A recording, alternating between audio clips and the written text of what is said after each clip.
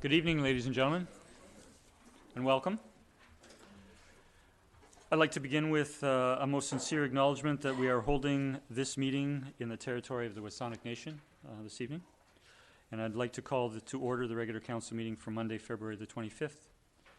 We'll begin with public participation. I'll ask speakers to please come to the microphone, give us your name and address, and press the little button that brings on a red light so we can all hear. And I'll call for the first time. Does anyone wish to address council?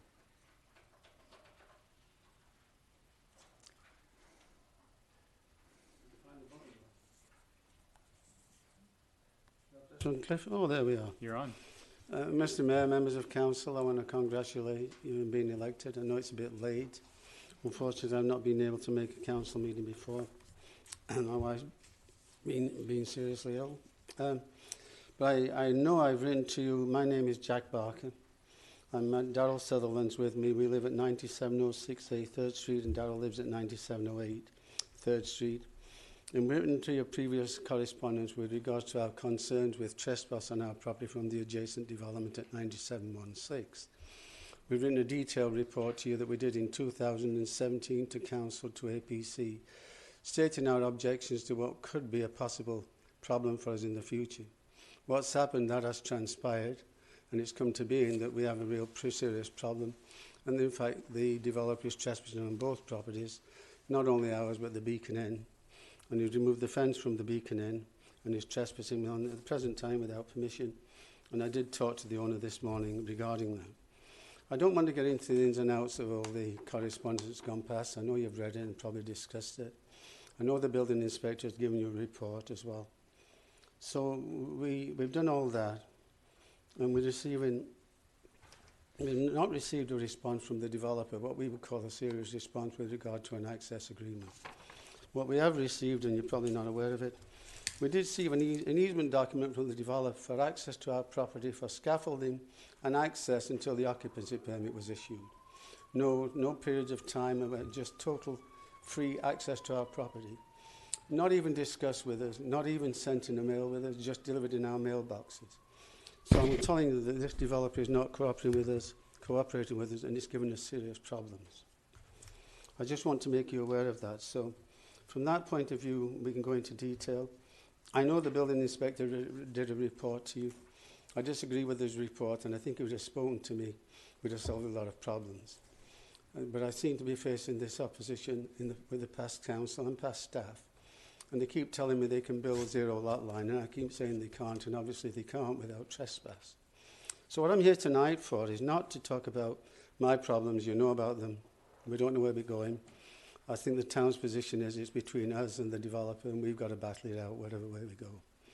He's still continuing trespassing. He's still continuing building without any agreement for access. He can't carry on forever. He's got to come to some agreement sometime. But he reluctantly has not come with a plan to us, to either party in the Beacon Inn. So what I'm asking you tonight actually is to say, I'd like you to see the building inspector says infill properties, infill lands. I'd like to see you develop a policy that will not let this occur again in our community. I don't see why we should have had to put up with all this. No cooperation, no discussion with the architect of what was happening. And people point the fingers and say we're not cooperating. You look at our correspondence, we're fully cooperating. I'm asking you to think about developing a policy for infill properties, particularly when it's on zero lot line. It's not necessarily to say, well, they can build zero lot line. I've built zero lot line. It takes a lot, you have to design it properly, but it's better if you can get permission from adjacent property owners. This has never been done. So in the future, I'd like to see you look at it from a practical point of view. I'd like you to develop a construction management plan for construction. I'd like you to advise the adjacent property owners that it is zero lot line. I'd like you to consider whether they're going to be able to maintain that zero lot line property in the future, which they can't without an access agreement. So I just want to see that, and I'm sure staff are capable of pulling a policy together that would not allow this to happen again to residents like we are in our community for a number of years, helps our community. And we're having to take this, and we're going to have to fight it ourselves. All I think is the town has a responsibility for the safety, health and welfare of your citizens, the neighbours, and I'd like you to think that you'd discuss it, and if you want me to meet with you, I'd meet with you to discuss what I feel. and I'm sure, having discussed with a couple of councillors, that they know my position, and I think you can do a much better job than what's been done in the past. Thank you. Thank you, Mr. Barker. We are, of course, from your correspondence, familiar with your situation, and I think you do appreciate that since the development permit was issued, it does then become a legal matter between the private parties on the private property. I think in future, such a policy would have to consider what the town would be involved with prior to issuance of a development permit, and I think that would need some consideration. So I could make a give note to staff that whether it's through our OCP review or otherwise, that we take a look at that consideration, because that would have important consequences with regards to changing zoning or changing procedure in terms of zero lot line developments coming forward. Yeah, so I thank agree. you for your input. It's something to consider going forward. I don't think it's a major problem. I just think it's communication, which has not been taking place on this one at all. Right from the very beginning, the architect never talked with us, nobody told us. When I went to APC, I wrote a letter to APC, they would not read the letter. When it went to APC for development permit, they approved it. It wasn't to building code. They had to change the development page down the road. So this has been plagued, I think, right from the very beginning, and I don't think it's been handled in a very good way. Okay, well, thank you And for I your appreciate your comments, Mr. Mayor. Thank you for your correspondence and your presentation this evening. I'll ask for a second time if there's somebody willing to speak this evening. And for a third time? Seeing none, I'll close the public participation period, and we'll go to item 2, approval of the agenda. We have 2 items to add. I think we've all received item 13, what will be item 13D, which is correspondence. Under correspondence, a letter from our MLA. And I would also like to have a conversation with Councillor Garnett after the agenda came out. And he would like to bring forward a motion under notice of motion. And council at that time can consider whether we would consider the motion or move it to a future agenda. If I could have a motion on the agenda, please. Move adoption as amended. Second. Any comment? Councillor. I'm just wondering if we can quickly move letter 16.2 up to item 15 for correspondence. Sorry, item 16.2? 16.2. It's a letter for information. I'm just wondering if there's anything we need to discuss about it. We can move it up to correspondence. Okay, is the mover? Yeah, that's fine, thank you. Okay, and seconder, and any further discussion? I'll call the question. All those in favor? Motion carries unanimous. Thank you. We have 2 minutes to consider. We have the minutes from our special council meeting of February the 6th. Move adoption. Discussion. I'll call the question. All those in favor? Motion carries unanimous. And we have the minutes from our special council meeting of February the 19th. Move adoption. Second. All those in favor? Motion carries unanimous. Thank you. We have no business not completed. We do have business arising from, we're raising in camera from our in-camera meeting on February the 6th, and that is we're pleased to announce that we have completed our strategic plan for the 2019 to 2022 period, our term in office. And there is the strategic plan and a staff report under item 11A on our agenda this evening. I'll then move to Mayor's report. Nothing to report this evening except a reminder to the audience and anybody who's looking in the next 12 hours or so that we have our important budget deliberations tomorrow evening at 6 p.m. here in Council Chambers. We have an $18 million budget for the 2019 period to consider, as well as the following 4 years, and there is a public participation period at the beginning, and we look forward to doing that. I'll move on to council reports. Are there any reports from councilors? Seeing none, we'll move to committee reports, and we have the Advisory Planning Commission meeting of February 19th. I'll move that the minutes be received. Second. Any discussion? Call the question. All those in favor? Motion carries unanimous. The APC considered a development proposal on Brethren 7th. This is the Ravens co-housing proposal. the minutes actually present a pretty good summary of the discussion. So I'll just start by making the motion regarding development permit application number DP 100782 and development variance permit application number DV 100279 to construct a 4-story, 34-unit multifamily development with variance requests for entrance, canopy, rooftop access, and rooftop patio railing. And I'll move that owners and tenants in occupation of property within 75 meters, that's 246 feet of the property that is the subject of development variance permit application number DV 100279 to vary the front yard setback, increase the permitted front yard canopy projection, reduce setbacks for the rooftop access structure, and install an overheight rooftop patio railing, be notified regarding the proposed variances, and that any written correspondence received before to council the time of consideration of approval of the variances.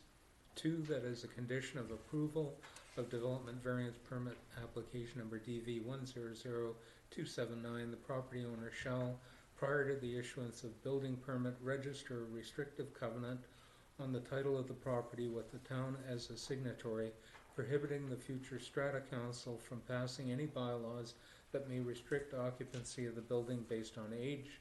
And 3, that the development permit application number DP 100782 for the form and character of a 4-story residential building be brought before council for consideration of approval if council authorizes the issuance of the development variance permit, provided that as a condition of approval of development permit application number DP 100782, the property owner shall, prior to the issuance of building permit, pay to the town a deposit in the amount of 115% of the estimated cost to complete the hard and soft landscaping for the development. Second. Discussion? Councillor Powell? Thank you. Just a couple of comments that I would like to reach out to the proponents on is I note in the discussion from APC that there was some conversation about EV connections and that they will be roughed in. One of the thoughts that came up is that as electric vehicles are going to become more popular and more people are using them, it's only fair that the user actually pay for it. So some sort of metering device needs to be in place, and that's something for all developments to think about, that it is the user who's actually using it that should pay. And the other thought along that line is there's bicycle storage, and we've also got e-bikes these days, and perhaps that's a consideration. Thank you. Thank you. Councillor Wainwright? Thank you, Mr. Mayor. There wasn't a discussion about installing meters and who pays. No. But just to pick up on that, and I'm familiar with this because I've got an EV, one of the big challenges for a condo building or any kind of strata is that BC Utilities Commission does not allow a private entity to sell power. So it's pretty complicated to have them paying for their own power. And BC UC, the Utility Commission, is actually considering changing that requirement for EV charging, because that is one of the barriers. If a shopping center, for example, wants to put in an EV charger, they don't have the authority to charge for the power. They can charge for the parking, but not for the power. And a similar issue comes up with strata councils. So it's I think a good thought, but there are some barriers to them implementing it. And until that gets addressed, I don't think we can expect that our strata councils or new developments are going to be doing that. Thank you for that. Thank you, Councillor Wainwright. Councillor O'Keefe and Councillor Duncan, I'm not sure who was first. Terry, I think. Thank you. So a couple of things I picked up on in the APC discussions. First on the accessible units. And the thing I was looking at is, it mentioned that there's just a small closet area for stacking washer and dryer, which is not appropriate for accessible units. And the response was that, well, there's accessible laundry facilities in the common area. And I thought, I don't feel satisfied with that. Like, if there's, I'm just wondering, maybe a question through you, Mr. Mayor, to staff, in terms of the requirements for accessible units. I presume that an accessible unit means that everything within that unit is constructed for a person with disabilities or whatever. Through the mayor to Councillor O'Keefe. That section of the zoning bylaw is actually called the adaptable unit Okay. requirements. And the intent there is that the unit be adaptable for future accessibility. But side-by-side washer dryer is not a requirement in that section. Okay. All right, thanks for that. The second one was in regards to the contractor parking. And so there was concerns expressed about it, the contractor parking, and the response was that the concerns have been made known to the contractor along with a request to manage that issue. And I guess what I'm concerned about is it's a project that's going to be going on for 16 months, I believe. It's across from a elementary school. There's a lot of other residences there. And it's one thing that I've heard from people with some of the other building, that's construction projects, that contractors taking up space, especially in a school zone where there's a lot of kids and traffic. So I'm just wondering whether, I know that we make it a condition that they have to have a landscaping plan before they can move forward, whether we cannot make it a condition that the construction management plan must have a strategy on how contractor parking is going to be managed. And I guess that's a question through you, Mr. Mayor, to staff, as to whether that's something that we can make a condition for these circumstances. If I can, Mr. Mayor, so the construction management plan takes place at the building permit stage typically, not at the development permit stage. Okay. So it might be considered a bit premature to start delving into the construction management plan at the time of the review of the development permit, certainly by the Advisory Planning Commission. But it is a requirement to work with staff on the development of a construction management plan as prior to the issuance of building permit. And that's really because we know then the development is proceeding. It's been approved from a development permit or variance permit or rezoning perspective. And so the applicant is prepared to get into the details associated with the detailed construction. At that time also, we have the building permit plans. We have a lot more detail than we would have otherwise have associated with the development permit, including what the civil requirements for off-site services are. We don't get those until we start the building permit stage. We don't look at that at the development permit stage. Okay. So it'll be covered. But it is something will that be is covered covered. at some point. Absolutely, Okay. Councillor O'Keefe. And Yeah. I guess just related to that, with the new employee parking lot, Yeah. is that something that we would allow contractors to take advantage of? If I can, through the mayor to Councillor O'Keefe, we're actually going to be meeting within the next week at a staff level to talk about how we can look at mitigating the impact associated with trades parking. We know that there's a lot of development, certainly in and around the downtown, that is coming up, and staff want to be prepared for that, and we're talking about ways to mitigate that, including the use of the employee parking lot and making that a stipulation or requirement, again, as part of the construction management plan and as part of the issuance of the building permit. Good, thank you. Okay, so a question from myself through the staff then. So would it be appropriate or necessary at council's final approval, should it come to that with this co-housing development, that we would make a recommendation for the construction management plan, or that's just part and parcel of? It's part, if I can, Mr. Mayor, yeah, it is part and parcel. Certainly if council wants to maybe get prescriptive in terms of what they want to see contained within the construction management plan that may be above and beyond what we typically will incorporate. I mean, we certainly hear loud and clear what the issues and the challenges are at a staff level. And we will work hard with the developer in terms of trying to mitigate any of those impacts on the community. But if council so desires, they certainly can make a resolution if there's things that they want included in that plan that may not typically be included otherwise. But we try to make those plans as comprehensive as we can. Very good, thank you.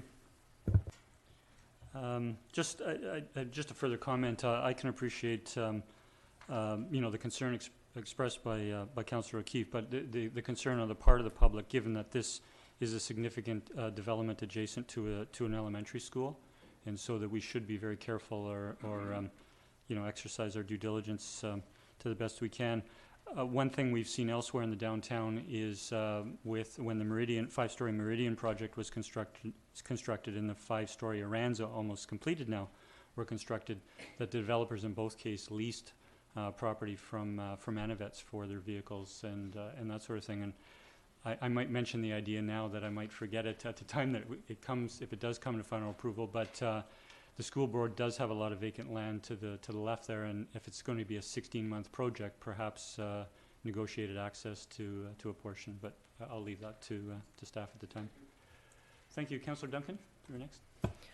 It was just that I'd wanted to follow up on what Councillor Wainwright was saying about the EVs and the strata, just knowing that within the CRD, there's going to be more push towards this sort of thing.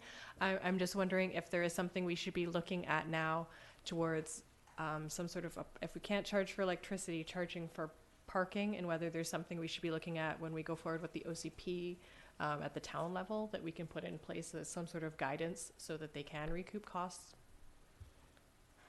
Councillor Wainwright. Thank you, Mr. Mayor. I was going to speak about the APC recommendation, but I'm going to follow up on that one. Municipalities are allowed to charge for the power with EV chargers, and it's a special sort of case arrangement. The DC fast charging station that we've got installed in one of our parking lots near the Mary Winspear is in fact designed, the software is there to allow cost recovery. They've simply at BC Hydro's kind of request, I think it's for the first year, it's free. But at some point we'll start charging, and there's no barrier for a municipality doing it. The issue is more for a private company or a strata or that sort of thing. Okay.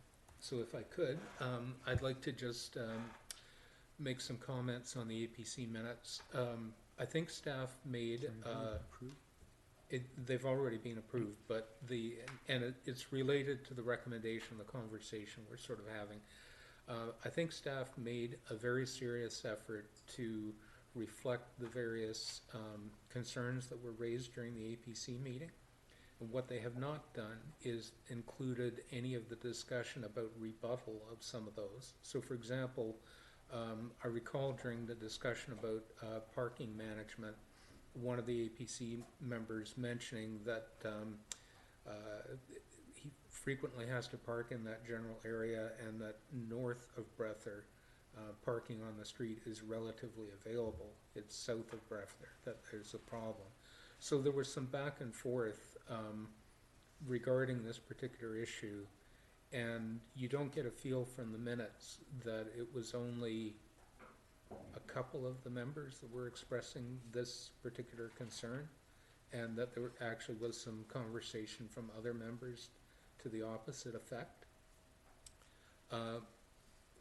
One thing that was really clear out of the discussion, APC in general was making a lot of positive comments about the development that aren't in here.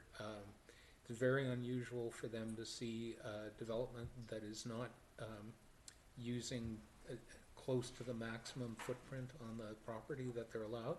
and the lot coverage is significantly less than what they're allowed to do. They're also not used to seeing a large number of trees being retained on the site, and again, this development has got that. So overall, the conversation was really positive. And then they were being thorough, and they went through all the various things that you see in the minutes, and they definitely came up in the conversation. But I don't think it would be fair to characterize it as the majority of APC were concerned about these issues, or all of these issues. I think there was a strong majority that would like to see the town review the requirements for parking spaces in multifamily, the number of spaces required per residential unit in multifamily, and they were pretty clear about that. There were some concerns about our requirements for bicycle storage, with the suggestion that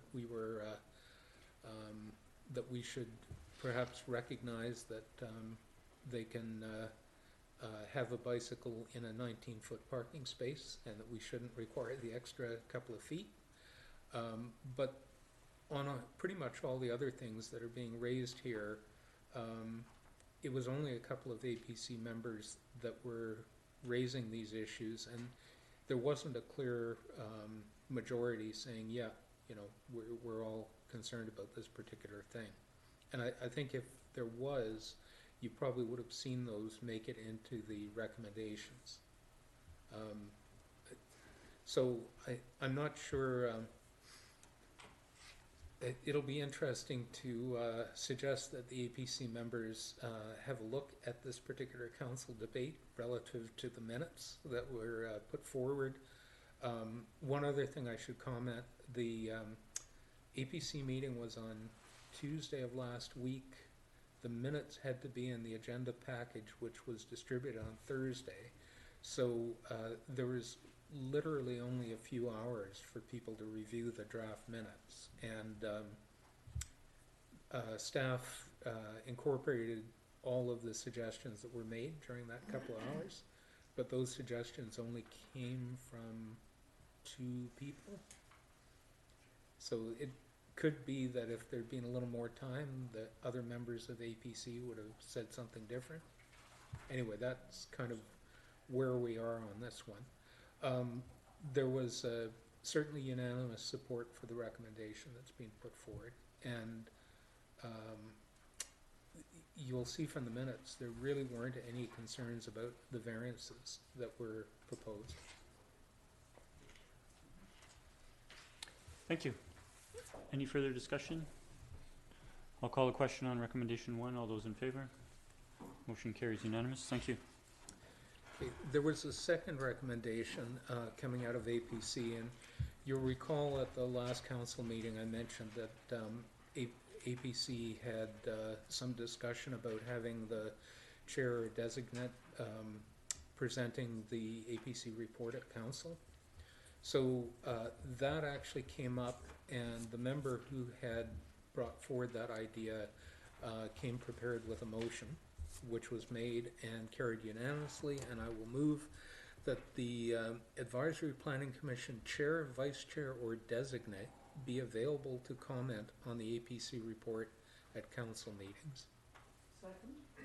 Discussion, Council Wainwright? Yep. Okay, so my recollection of the discussion was that the individual bringing it forward was talking about a member of the APC, chair, designate, whatever, actually presenting the APC report and recommendations to council, not simply being available to answer questions. But the motion that he came prepared to read, and it was right at the very end of the meeting, was that it be available to comment.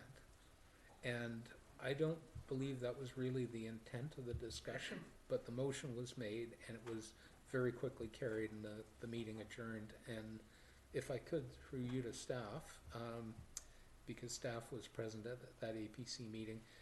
Do you have a different recollection of what happened at that part of the discussion? Were they talking about presenting the APC recommendations or simply being available to answer questions?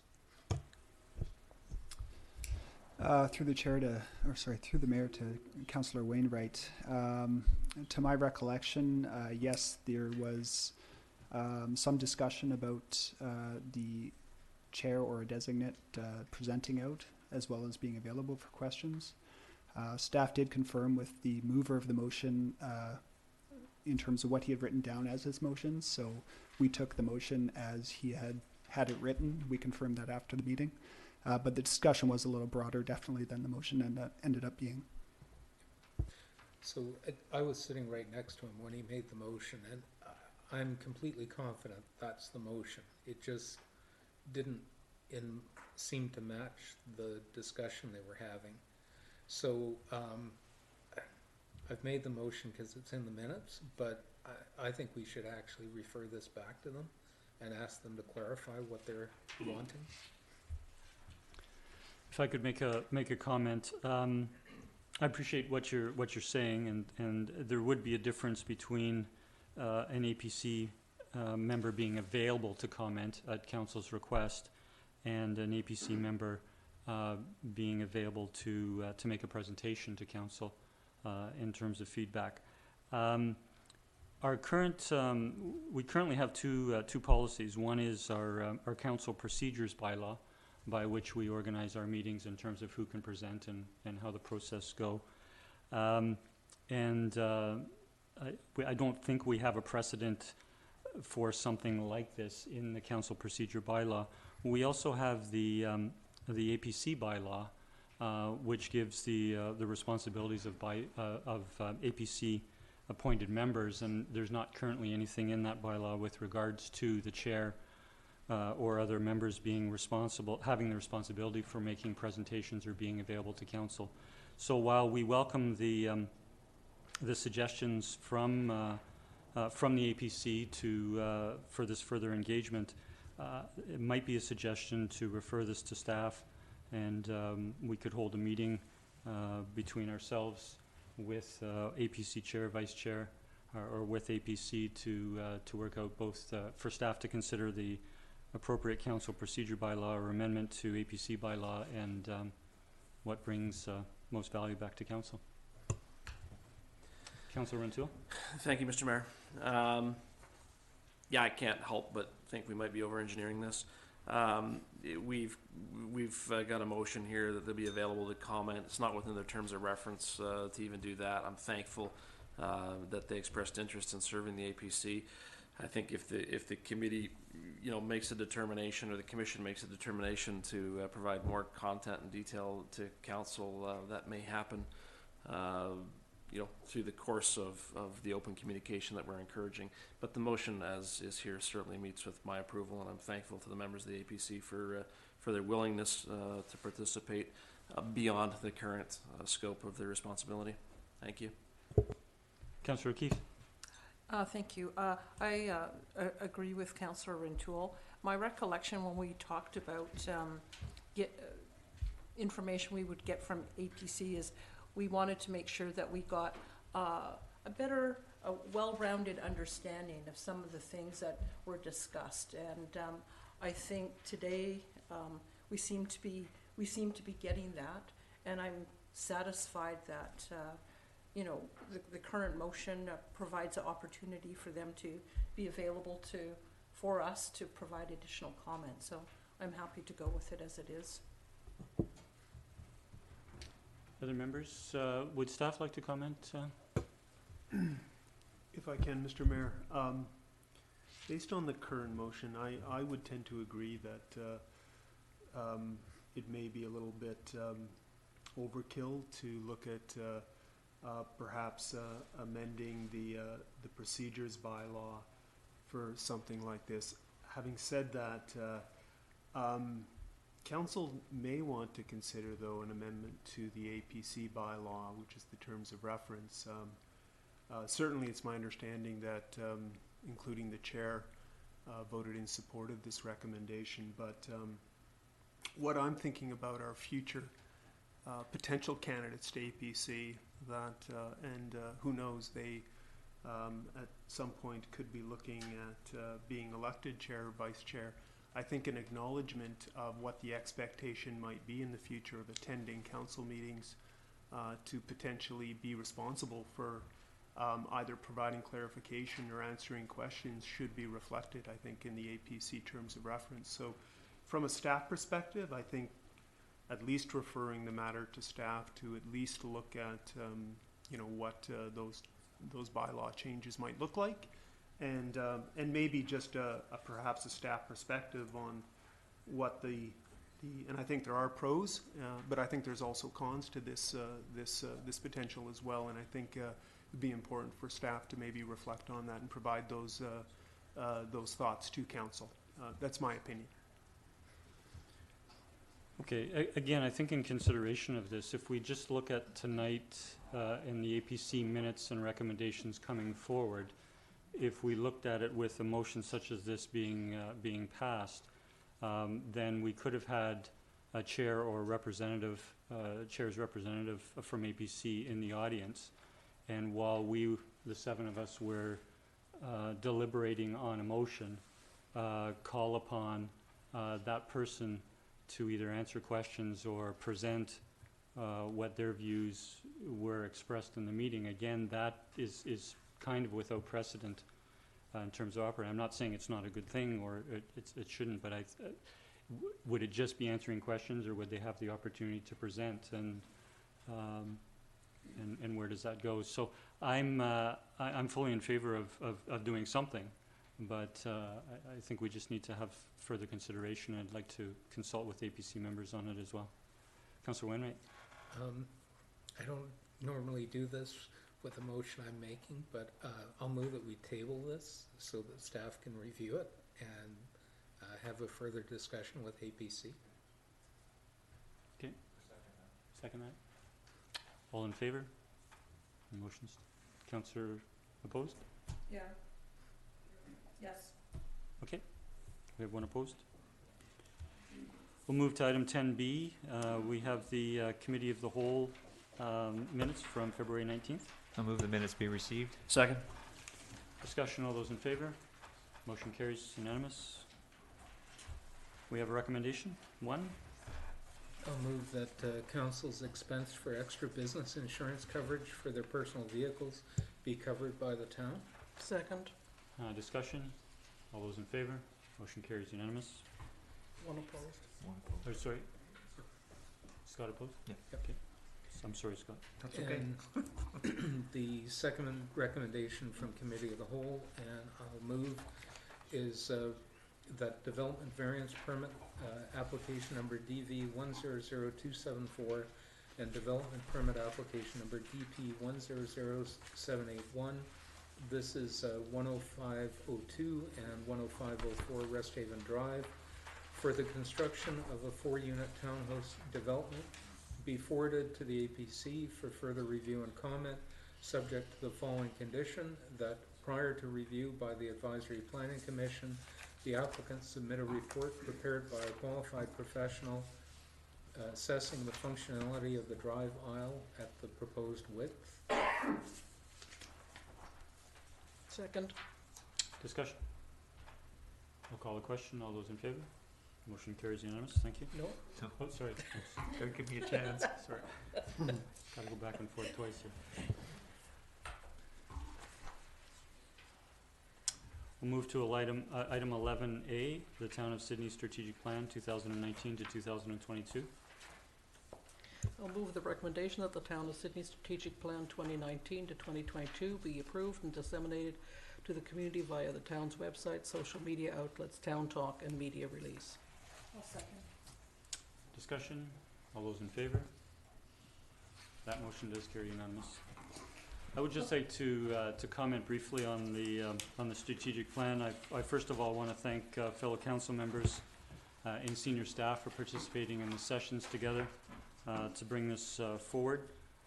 We had a detailed orientation on previous strategic plans, including the strategic plan from 2018. before we move forward with this.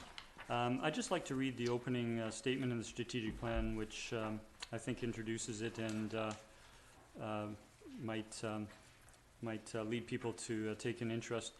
Strategic planning is an important step for the town of Sydney to set priorities, allocate limited financial and staff resources, guide the work of staff, and communicate to citizens. This strategic plan identifies specific new areas and the most important ongoing work that Council has identified as priorities for the 2018-2022 term of office. It does not detail the considerable ongoing core work of the town. The strategic plan will be reviewed annually to monitor success and update priorities as needed. So again, thank you to all involved. I move to item 11B, Development Variance Permit Application DV 100276, which is 9690 and 9692 First Street, to relax the footprint required of a strata lot 1 in relation to strata lot 2 by 5.1% of the required size. Council will recall that this was brought forward with earlier information and approved by Council, but with new information available, we do need to reconsider. I'll move that owners and tenants in occupation of property within 75 meters or 246 feet of 9690 and 9692 First Street be notified regarding development variance permit application number DV 100276 to allow for reduction to the footprint of strata lot 1 with respect to strata lot 2, and that any written correspondence received be forwarded to Council at the time of consideration of approval of the variance. Second? Discussion? I'll call the question. All those in favor? Sorry. Oh, sorry, did you have a question, Councillor Duncan? Oh, it wasn't a question. I was just going to state something for the purposes of the record about the reasoning, just because something did change about why I was going to make that decision. It wasn't a question. Oh, go ahead. If you Oh. want It was that I know some people are going to notice that it was different, and we're granting yet another variance, but just for the clarification that the issue is that lot 2 was actually larger than they measured, not that lot 1 was smaller, and that if it was that lot 1 was in error and that it was actually an unlivably small space, the lot 1 is still the same size. It's still a perfectly decent living size, so this is still just a matter of housekeeping as far as I'm concerned, not about cramming an extra small residence onto the lot. Okay, thank you for that. And now call the question. All those in favor? And the motion carries. Thank you.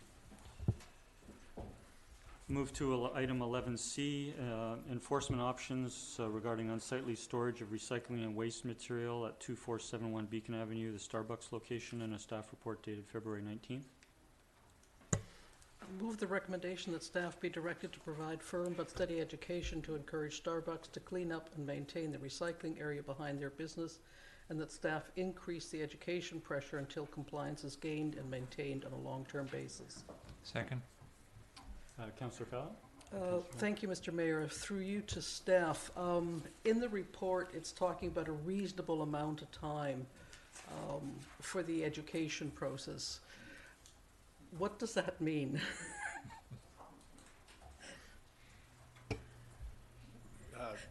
Through the mayor to Councillor Fallon, if I were to put a number on it, I would say a month's time. Okay. Okay. If I may just carry on with that, I'll just note that in the history of this, one of the commercial neighbors of this property, I felt, had written very nice letters to Starbucks, very well written but firm and definitive, saying that, you know, clean up your act. And I think it's something we do need to be behind, and I would like to see that the reasonable amount of time is reasonable in our community's sense. This was sloppy, but I'm glad to hear that the corporation of Starbucks is responding and that things are happening. So I can't imagine us turning around and sending anyone to jail for this, but it was an interesting comment, the staff report, so thank you. Okay, we have Councillor Duncan next, and Councillor O'Keefe and Councillor Rintoul. Councillor Duncan? Yeah, I guess through the chair to staff, there's a comment that Starbucks will be talking to the property owner to obtain permission to build an enclosure to place the bins in, as this will limit the visual impact and secure the area from vandalism. And I'm just wondering, since further up there's somewhere saying that part of the problem is that people are simply driving up and dumping their garbage there, whether this will also prevent people from driving up and being able to access those bins, whether just simply having a locking bin would be part of the remediation measures that would be suggested. Through to Mayor to Councillor Duncan, Starbucks has confirmed with us that they have started placing a lock on their bins. Thank you. Councillor O'Keefe. Thank you. So I was initially going to vote against this motion because I'm, in terms of providing firm but steady education over a period of time concerns me, especially with a multinational corporation worth billions of dollars, and that our staff in our small little town has to spend so much time to tell a big corporation like Starbucks that they need to pick up after themselves. So, and I guess in terms of enforcement, it seems to me that that there might be other things within our toolkit. So when I looked, for example, at the business license bylaw, and it says that if businesses don't comply with all the other bylaws in the town, that they can have their business license suspended. So I'm wondering if that's something that staff has considered. It looks to me in this case that they're moving forward and they're going to be doing something, but I'm wondering if, in the future, if this becomes an issue with this business or others again, that, rather than I guess taking a stronger approach is what I'm looking at in terms of telling businesses that aren't complying that here's what's going to happen. So you have 30 days to comply.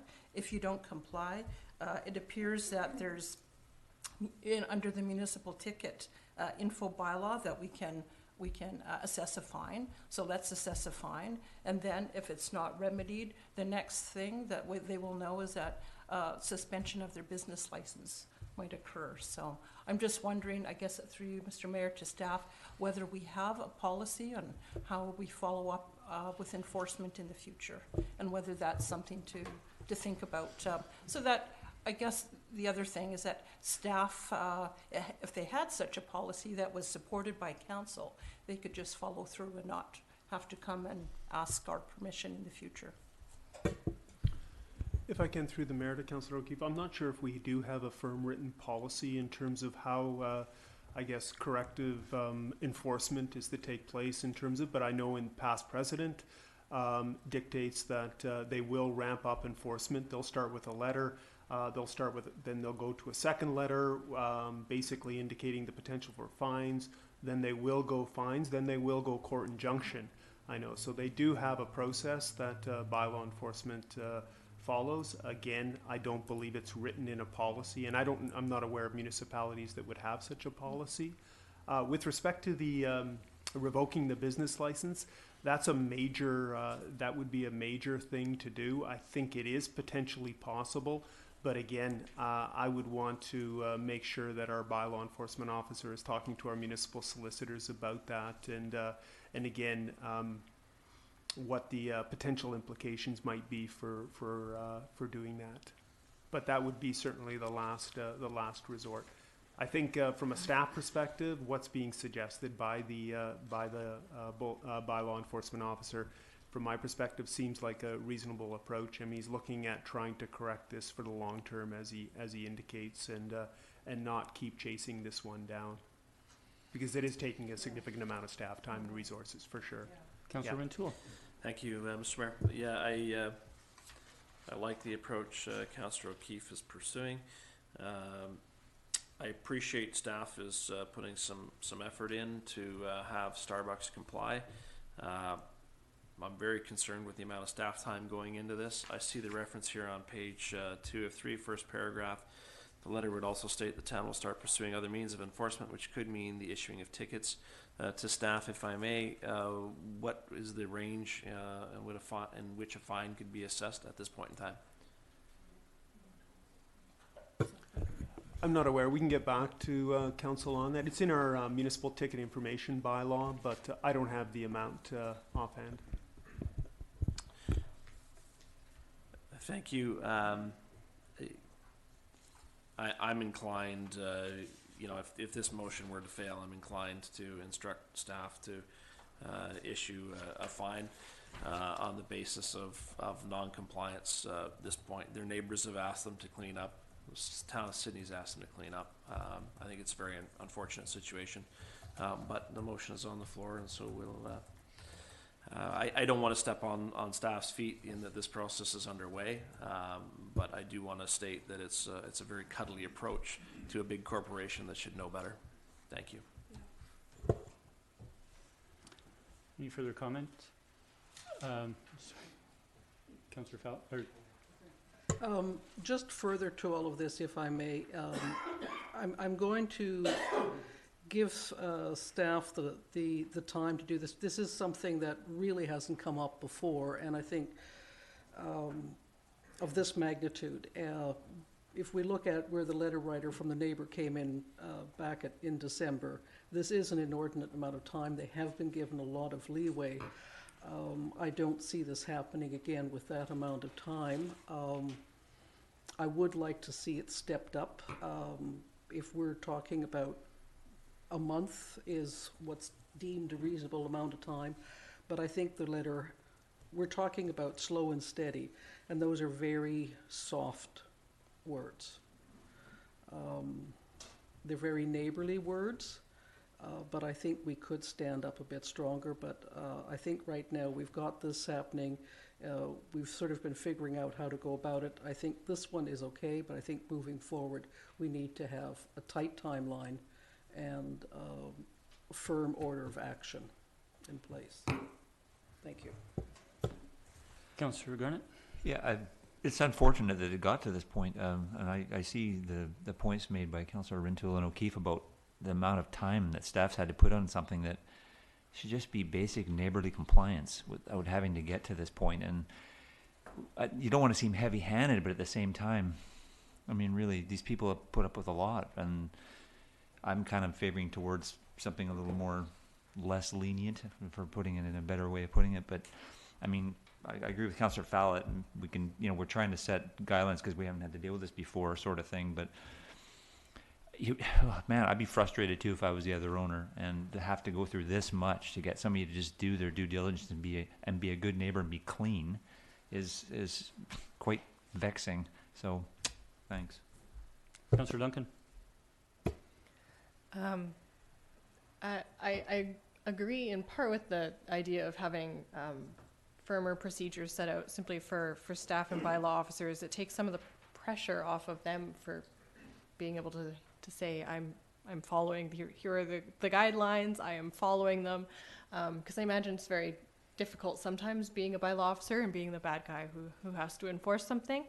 And that in the interests of maintaining trust with people and maintaining openness, that using a softer touch is frequently required. I would not be the idea that we would suspend somebody's business license over unsightly premises, though, is whoa.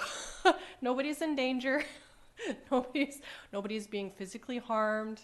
Like, this is, they are a large corporation, but I'm pretty sure they operate on a franchise model, and probably half their staff are teenagers. So the idea that we would revoke a business license and put a bunch of people out of work for not taking out their garbage and making people feel sad when they walked by is a little extreme. So I'm happy to see that they've already taken the steps to lock their bins, and they're taking steps to talk about building an enclosure. So since those seem like the logical next steps, and waiting to see if that takes an effect, going with the softer touch seems reasonable to me, and I'm quite happy with that. So, any further discussion? I'll call the question. All those in favor? Those opposed? The motion carries 4-3.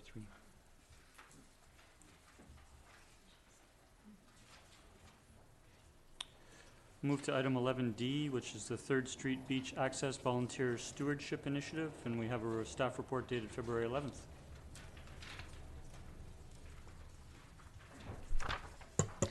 Move I'll to the mo- recommendation. Oh, go ahead, Mr.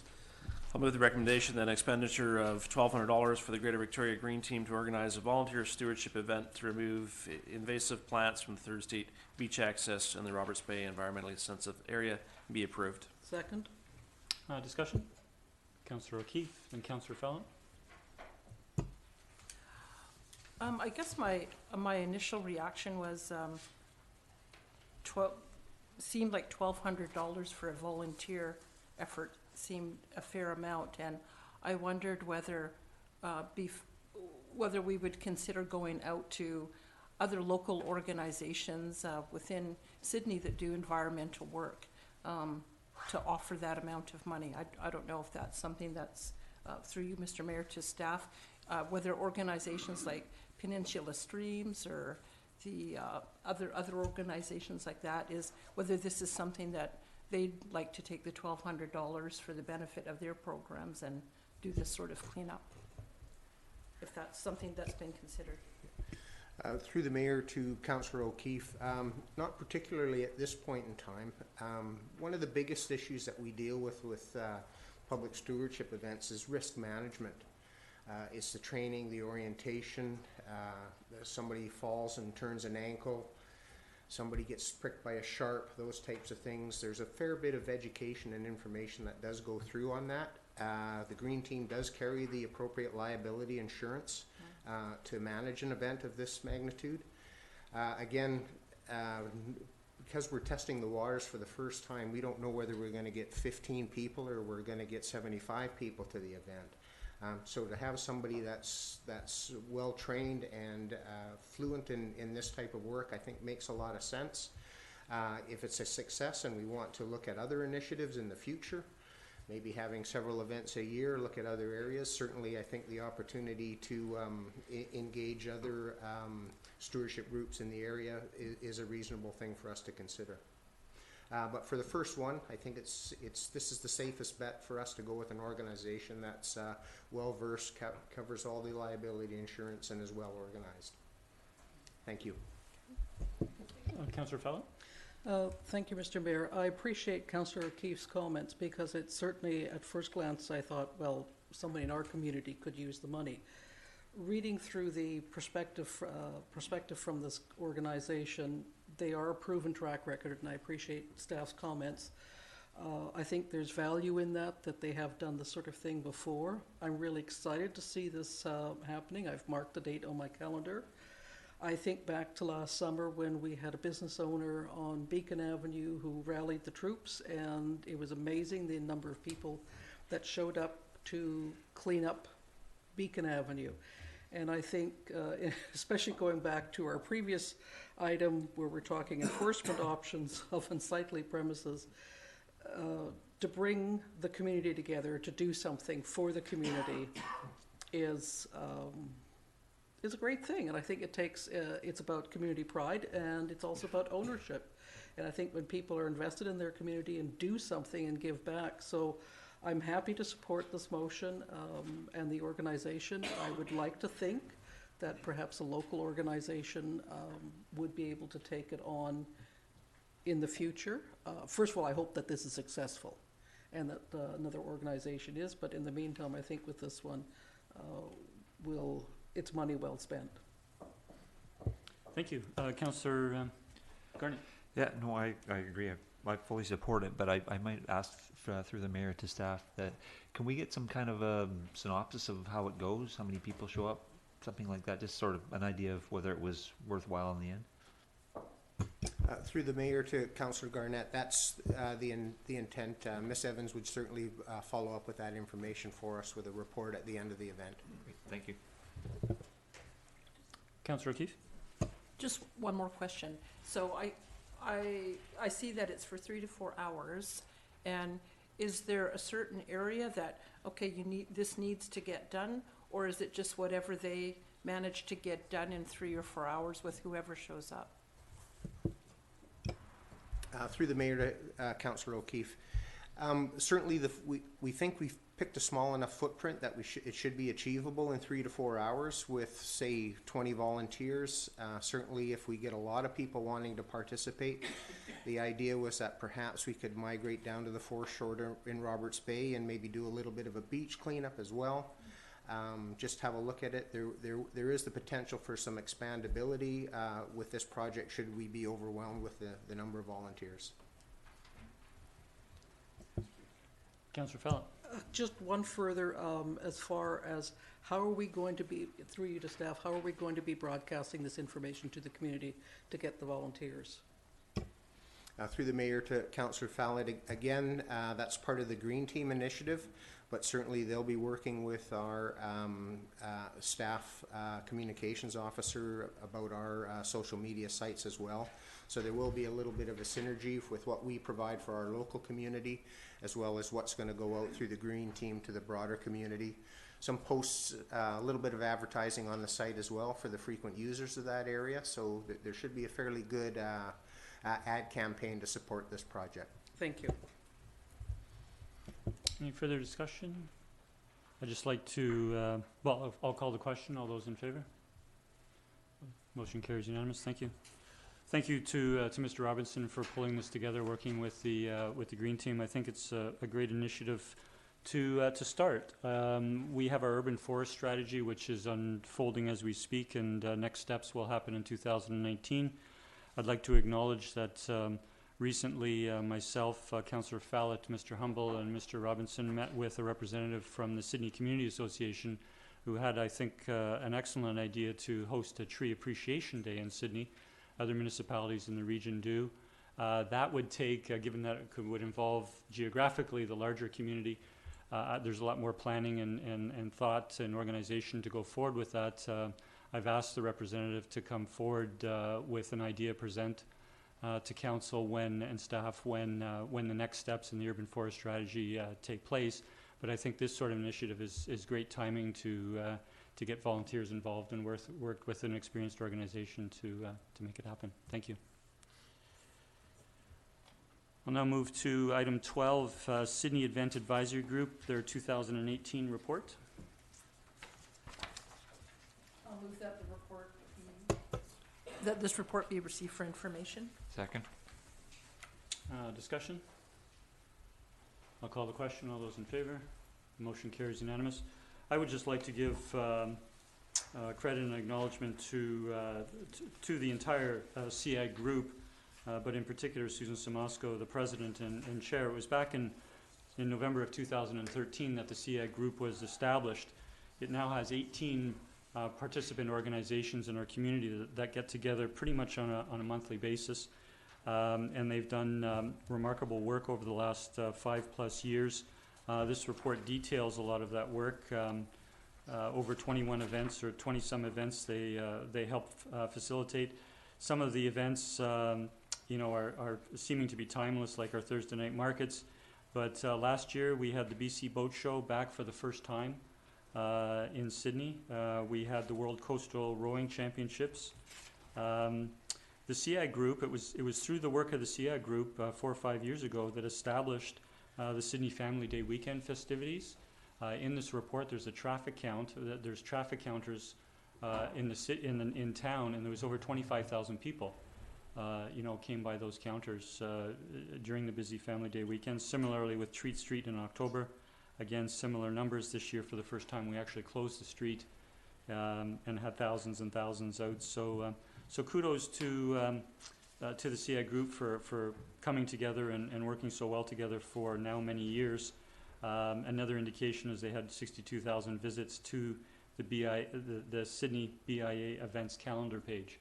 So organizations are listing their events there, and people are going for information. So congratulations to CIAG.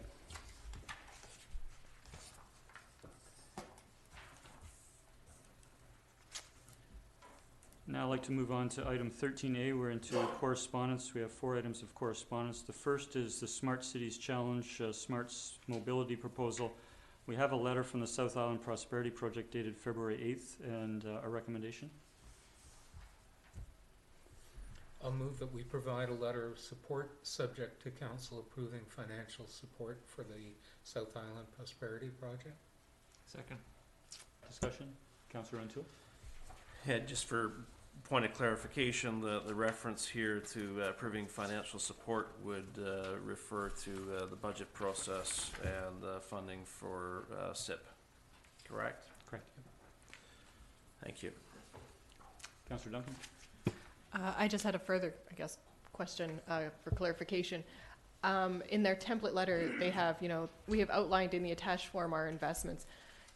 Is this just they're hoping for us to list our existing funding, or are they hoping that we're going to begin listing additional, in-kind opportunities or things that we're going to be providing, and whether we're supposed to provide any information about that in this letter? Mr. Hummel? If I can, there was two elements to their letter. One was a request for some basic infrastructure information, which we've followed up with staff to provide that because it's quite frankly it's not a labor-intensive exercise. So we have done that, and the second component was the letter, and we thought that should come forward to council. Any further comments? I'll call the question. All those in favor? None opposed? Motion carries. Thank you. Well, I have item 13B, a grant application regarding playground replacement at Greenglade Community Center from Panorama Recreation, dated February 14th. I'll move to provide a letter of support. Second. Any discussion? We'll call the question. All those in favor? Motion carries unanimous. Thank you. And we have item 13C, the Victoria Regional Transit Commission, correspondence dated February 14th. I'll move that we receive that for information. Second. Discussion?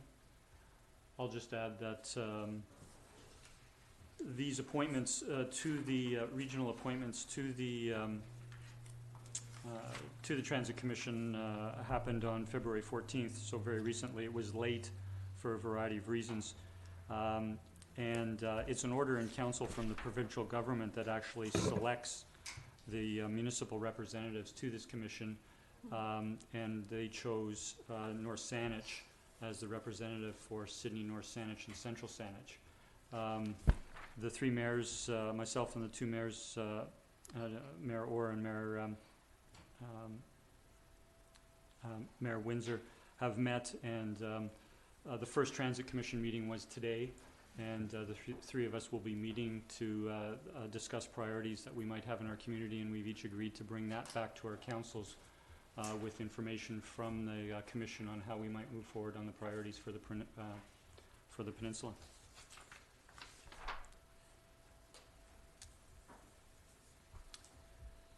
Move to item 16, and we have item 16. 13D. Sorry. 13D. Sorry, we do have the additional item. A letter from MLA Adam Olson. I'll move receipt of a letter and that a councillor be appointed to participate in a multi-jurisdictional working group. And I would like to recommend Councillor Terry O'Keefe to take that appointment. Do you accept that, Councillor? Yes. Do we have a seconder? Second. So is that a friendly amendment to the Yes. motion? I'll second. And we have a seconder? Any discussion? All those in favor? Motion carries. Thank you. We have no new business, so I'll move to item 16.2. Councillor Duncan?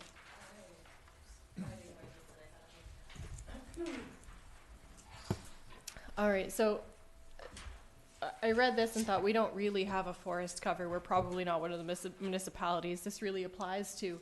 But then I wondered, since North Saanich is a municipality that has a substantial amount of forest cover, particularly probably on private land where they're going to be running into talking about forest fire management issues. Well, this might be, well, he's not here today. Mr. Mickelson is not here. Would be a question about whether we wanted to have a representative, just at least if they do go forward and have an initial meeting, whether we want to have a representative from our council there to look at the terms of reference and ensure that whatever is coming out of that, we have some kind of arrangement with North Saanich, just knowing that if we're talking about forest fire management, our joint emergency response and having property lines with people with private property right up against our municipality, that it might kind of come up that whatever they decide may affect us indirectly, and we might want to just have an ear there to look at their terms of reference. Do you have a question through to staff, or is there any other council comment? I don't know. I guess it would be more for council to comment on about whether we wanted to do that. I would have maybe asked Mr. Mickelson, if he was here, whether they felt that was, whether the fire and sharing resources with North Sandwich was something that concerned them, but since he's not here, I guess we could ask through to staff and see if there's anybody else who had a feeling about it, but. Mr. Humble? If council wishes, I can bring this forward and have a discussion with the chief, and maybe we can respond, he can respond to council by way of email memorandum and provide his thoughts regarding the matter, and see whether or not any participation by the town of Sydney might be deemed appropriate. Okay, I think with that request and direction, we're okay just with that to staff. Thank you. Thank you, Councillor Duncan. So we now have the other items under correspondence for information. Move receipt. I'll second. Discussion. Call the question. All those in favor? Motion carries unanimous. Thank you. We now have item 17, notice of motion. Councillor Garnett. Thank you. So during the February 19th council meeting, we had some public participation from an individual in the community expressing concern over the Ravens Crossing development and what happens to the tenants living in the building on 7th Street. And there are actions in the OCP with regards to redevelopment, but it doesn't pertain to this particular example. And so going forward, I'd like to bring a motion forward to the rest of the council that we provide to staff to consider and bring a report to council on the options and legality of assisting with tenant displacement for a development that does not require an OCP amendment, zoning amendment, or subdivision approval. I would second that. Discussion? Okay, I would fully support that. I'll call the question. All those in favor? Motion carries unanimous. Thank you. And I'll then seek a motion for adjournment. Move adjournment. Second. All those in favor? Carries. Thank you. Thank you, everyone.